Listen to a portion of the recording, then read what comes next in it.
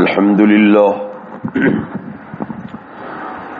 لله نحمده ونستعينه ونستغفره ونعوذ بالله من شرور أنفسنا ومن سيئات أعمالنا من يهده الله فلا مضل له ومن يضلله فلا هادي له وأشهد أن لا إله إلا الله وحده لا شريك له وأشهد أن محمدا عبده ورسوله اللهم صل على محمد وعلى آل محمد كما صليت على إبراهيم وعلى آل إبراهيم إنك حميد مجيد اللهم بارك على محمد وعلى آل محمد كما باركت على إبراهيم وعلى آل إبراهيم إنك حميد مجيد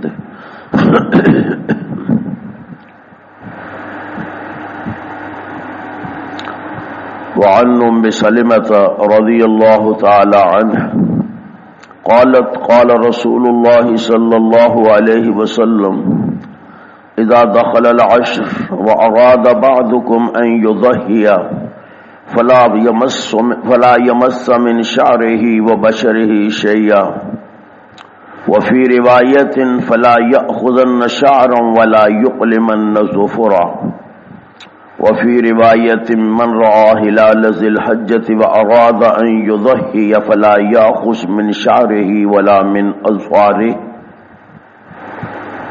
رواه مسلم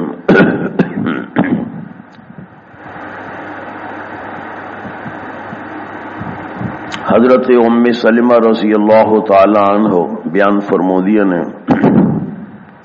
کہ اللہ کے رسول صلی اللہ علیہ وسلم نے فرمایا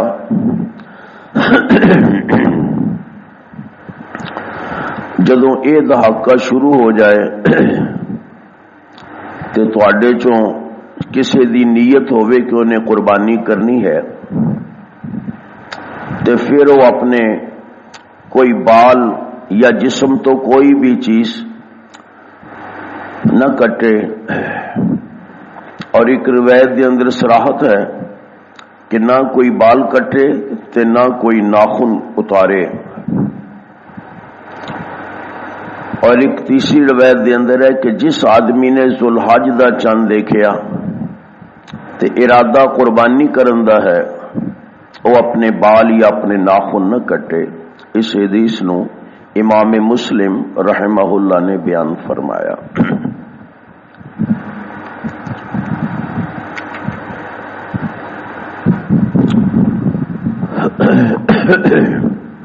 آج ذوالقعدہ دی 29 تاریخ ہے، 11واں مہینہ اسلام دا تے حرمت دے مہینیاں چوں پہلا مہینہ ذوالقعدہ۔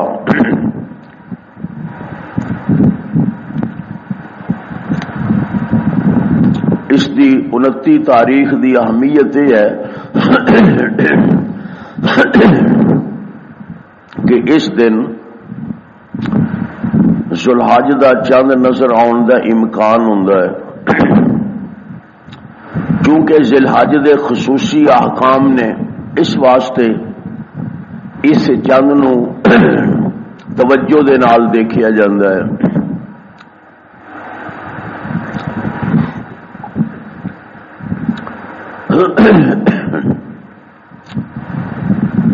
اج اگرچہ چند نظر آن دا امکان نہیں، کیونکہ اجے تک نواں چند نہیں بنیا بلکہ پرانا چل رہا ہے، تے نواں چند بنن تو بعد کم از کم 21-22 گھنٹے ہونے چاہیے نے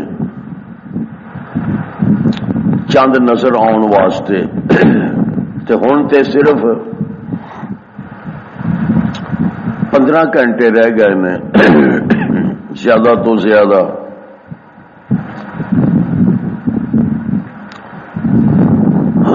تے 15 گھنٹے دا چاند نظر نہیں آ سکتا تے اجے نواں چاند شروع بھی نہیں ہویا.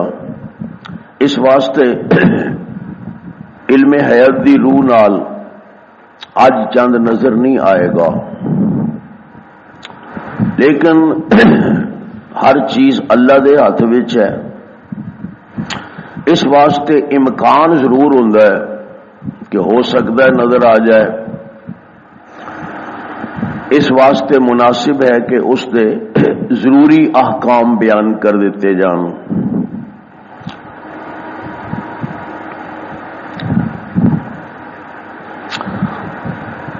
سب تو پہلا حکم جو ذوالحج دے نال تعلق رکھتا ہے وہ ہے حجامت دے سلسلے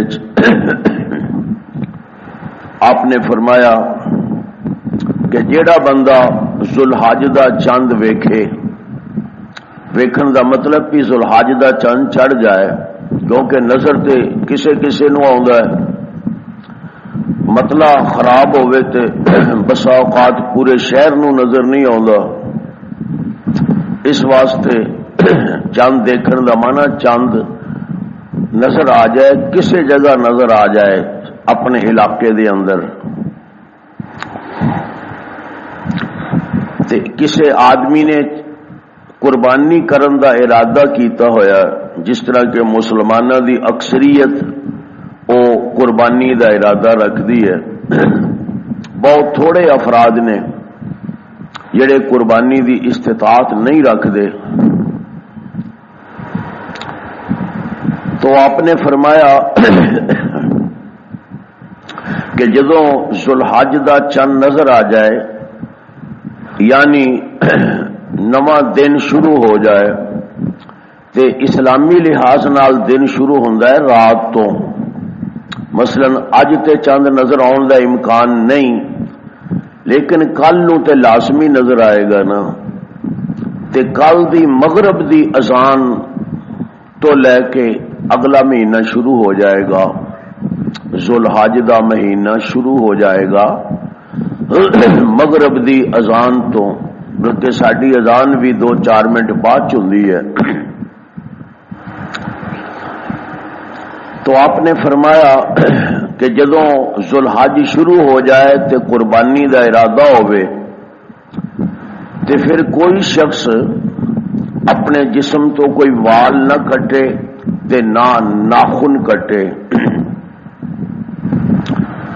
اور یہ نال ہی ہے کہ جسم تو کوئی چیز ویسے بھی نہ کٹی جائے سوائے مجبوری تو، جس طرح کوئی ڈاکٹری آپریشن ہونا ہوئے.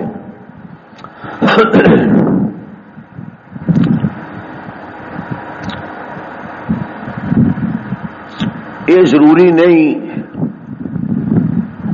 کہ ذوالحج دا چند چڑھ تو پہلا حجامت کیتی جائے، یہ ضروری نہیں. عام لوگ یہ سمجھتے ہیں کہ ذوالحج دا چند چڑھن تو پہلے حجامت کرنی ضروری ہے. یہ نہیں بات. اصل ضروری ہے 10 تاریخ نو حجامت کرنی، 10 ذوالحج نو. ذوالحج دی 10ویں تاریخ نو قربانی کرن تو بعد پھر ضروری ہے آدمی حجامت کرے.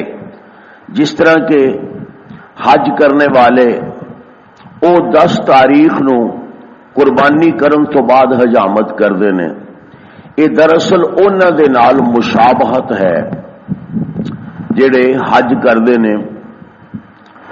انہاں تے پابندیاں زیادہ نے، ساڈے تے صرف ایکو ہی پابندی ہے کہ انہاں 10 دناں وچ حجامت نہیں کرنی. حجامت کرنی ہے 10 تاریخ نو. ہن اگر کوئی حجامت نہ کرا سکے مثلا تے کوئی اس تے ذوف نہیں. یہ ضروری نہیں کہ ذوالحج چڑھن تو پہلا حجامت کروائیے. وہ تے اس واسطے کروا لی جاندی ہے کہ چونکہ 10 دن پھر کوئی بال نہیں کٹنا، تے بعض بال ایسے ہوندے نے جڑے کافی ود جاندے نے، مثلا مچھاں دے وال زیادہ ود جاندے نے، پھر وہ برے لگتے ہیں. اگر پہلے حجامت نہ کیتی ہوئے تو وہ زیادہ بڑھ جان گے. اس واسطے حجامت کر لی جاندی ہے. ورنہ شرعن ذوالحج تو پہلے حجامت کروانا کوئی ضروری نہیں. ضروری چیز کی ہے کہ جدوں ذوالحج شروع ہو جائے اس تو لے کے 10ویں تاریخ دی قربانی ذبح ہون تک پھر کوئی شخص حجامت نہ بنوائے، بال بھی نہ کٹے تے ناخن بھی نہ کٹے. ضروری اے چیز ہے 10ویں تاریخ نو حجامت کرنا، ادو کیتی جائے. البتہ 10ویں تاریخ نو بال کٹے جان تے ناخن کٹے جان. باقی رہا اس تو پہلے یہ 10 دن دی پابندی ہے کہ حجامت نہیں کرنی، ناخن بال نہیں کٹنے. لیکن یہ پابندی نہیں کہ ذوالحج دے یہ 10 دن شروع ہون تو پہلے حجامت کرواوے. کوئی نہیں کرا سکیا تو کوئی مسئلہ نہیں، کوئی مسئلہ نہیں، بس وہ یہ 10 دن حجامت نہ کروائے تے 10 ذوالحج نو حجامت کروائے. قربانی کرن تو بعد اپنی اپنی قربانی، جی قربانی ہو گئی وہ حجامت کرائے گا، جی نہیں ہوئی وہ نہیں کروائے گا. بعض لوگوں دے کولوں قربانی نہیں ہوندی، پہلے دن کوئی مجبوری بن جاندی ہے تو دوسرے دن قربانی کردے نے، وہ پھر دوجے دن حجامت کرن گے. حضور اکرم صلی اللہ علیہ وسلم نے ایک مزید روایت دے اندر اس آدمی نو بھی نصیحت فرمائی جنہیں قربانی نہیں کرنی، جنہیں قربانی نہیں کرنی. آپ نے فرمایا جس شخص نے قربانی نہ کرنی ہوئے جے او بھی اینی پابندی کر لے کہ انہاں 10 دناں وچ حجامت نہ کروائے تے 10 تاریخ نو جدو لوگ قربانی کر لین تے او اپنی حجامت بنا لے. فرمایا انہوں بھی اللہ تعالی اجر عطا فرما دیں گے قربانی کرنے والے دا. یعنی قربانی کرنے والے کے تو ہے پابندی لازمی کہ وہ یہ 10 دن حجامت نہیں بنوائے گا، ناخن یا بال نہیں کٹے گا. تو جنہیں نہیں کرنی اس تے پابندی تو نہیں، لیکن اگر وہ خوشی دے نال پابندی قبول کرے کہ ٹھیک ہے بھی میں ویلا بیٹھا کیوں نہ ثواب حاصل کراں، تے او بھی یہ پابندی برداشت کرے کہ 10 دن اپنے جسم دا کوئی بال یا ناخن نہ کٹے، تے 10 تاریخ نو جدوں لوگ قربانیاں کر کے حجامت کرن او بھی حجامت کرا لے 10ویں تاریخ نو، تے اللہ تعالیٰ انہوں قربانی دا ثواب عطا فرما دیں گے. اس واسطے سارے ہی اسی چاہے قربانی کرنی چاہے نہیں کرنی، جنہاں نے کرنی ہے وہ پابندی دے تحت، تے جنہاں نے نہیں کرنی وہ ثواب لین لئی خوشی دے نال اس پابندی دا اس پابندی تے عمل درآمد کرن. ہر گھر والوں ایک جانور قربان ہونا ضروری ہوندا ہے. ہر گھر والوں